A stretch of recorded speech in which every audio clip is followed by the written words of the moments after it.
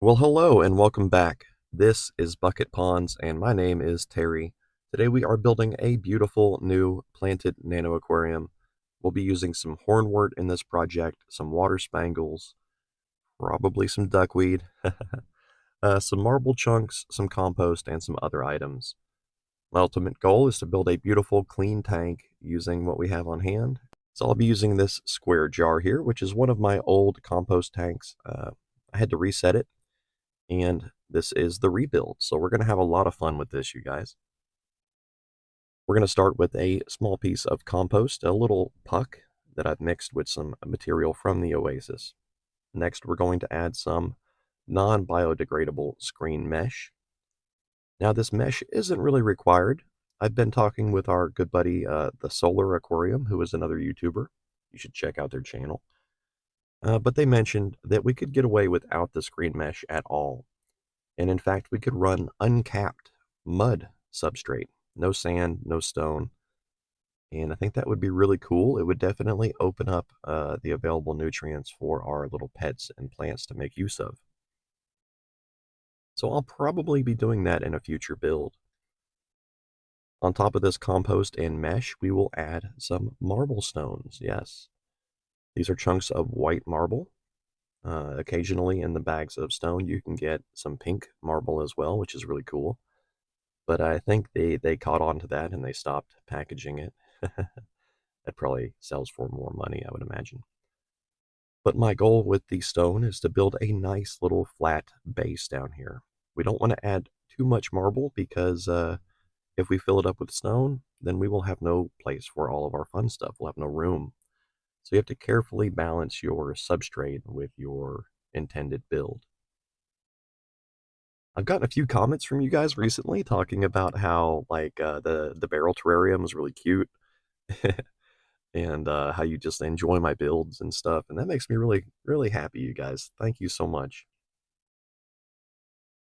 Now on top of this marble, we're going to add a single seashell. Yeah, and we're going to use this to anchor our plants. I've already drilled a little hole in here, and we're going to thread some of our hornwort through this project, through this seashell.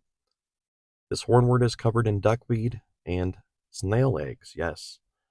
And there we go. I've threaded a little bit through that hole in the seashell, and we're just going to use that as an anchor to pin this hornwort.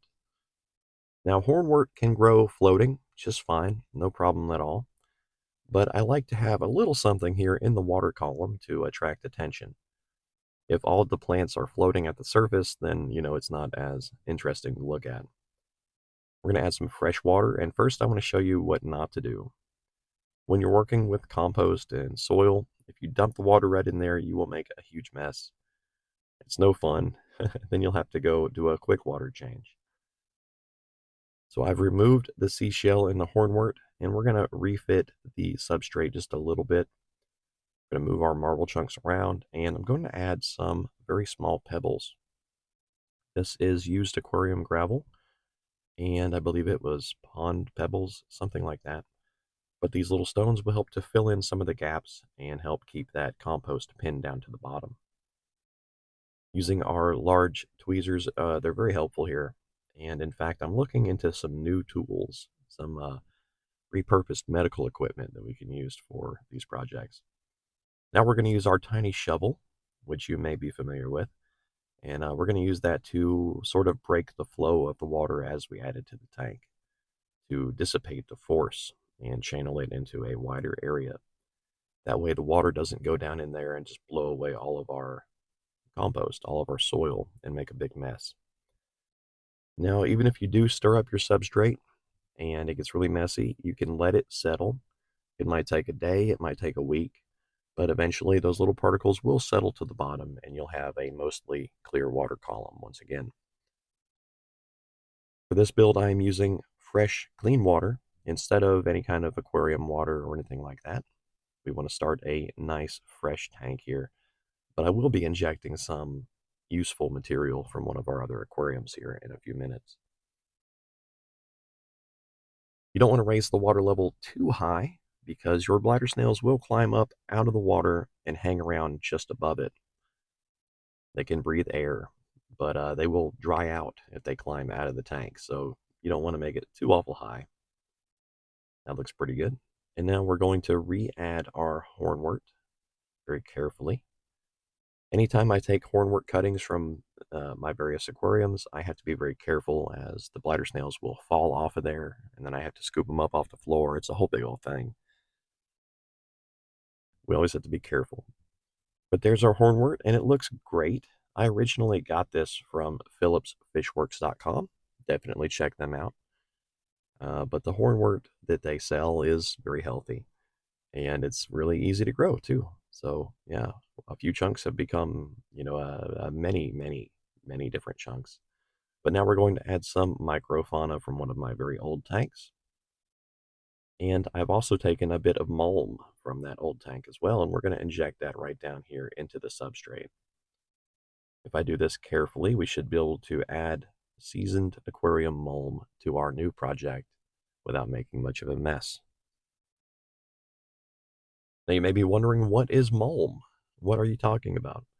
Well, M-U-L-M. Mulm is the stuff that forms in the bottom of a fish tank. If you're not diligent with your water changes, you will develop some mulm, and it's basically fish poo, muck, dirt, decomposed material. But it's home to many different bacteria, and even some of our worms and things live down there, so I'm hoping that they may have been included in this build.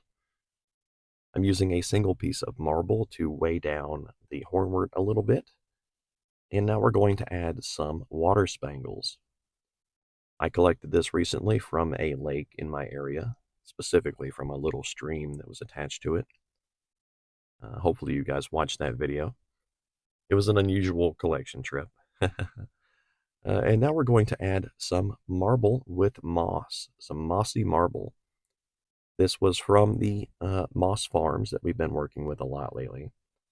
We did get some of the semi-aquatic moss to grow onto the stone, and this is why. This is perfect.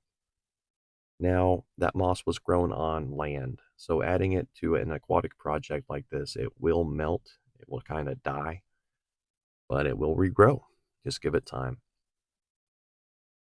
So there's the first day setup of our new project. It looks great. I'm going to throw that lid back on there, and we'll revisit it in 14 days.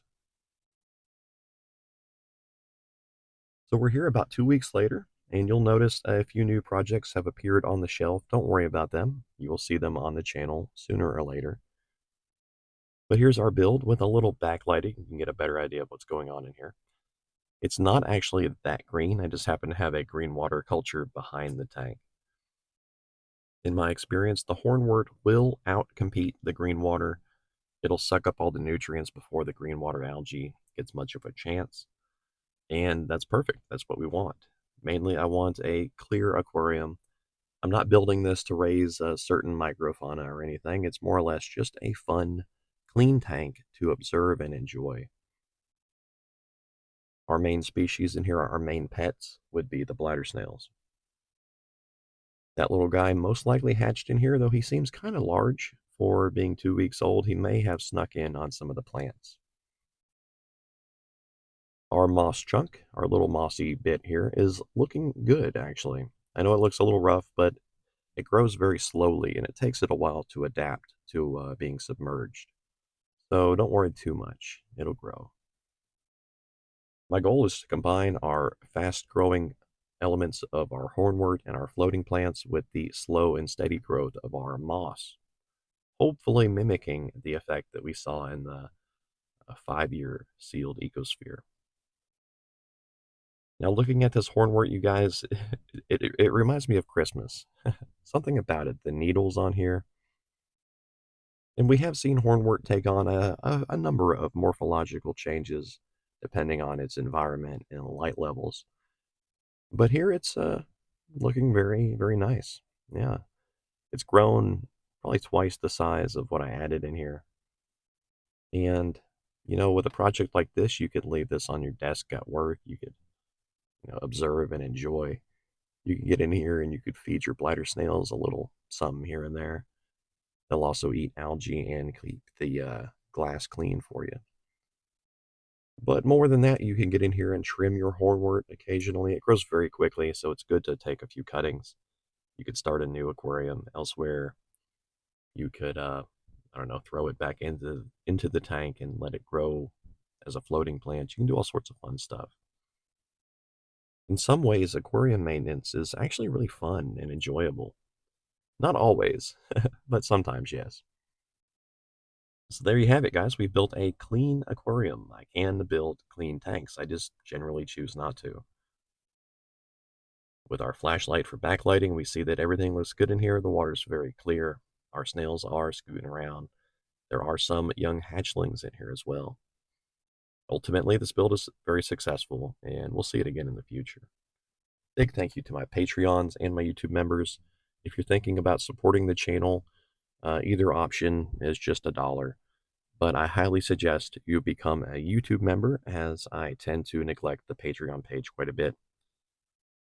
YouTube members, I post like every day. I throw some behind the scenes photos up there, fun details, little extra posts, and updates about what I'm doing.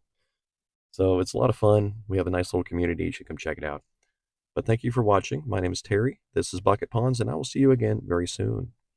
If I have any end screens up, please check out the videos. If not, check out my channel for more. Thank you.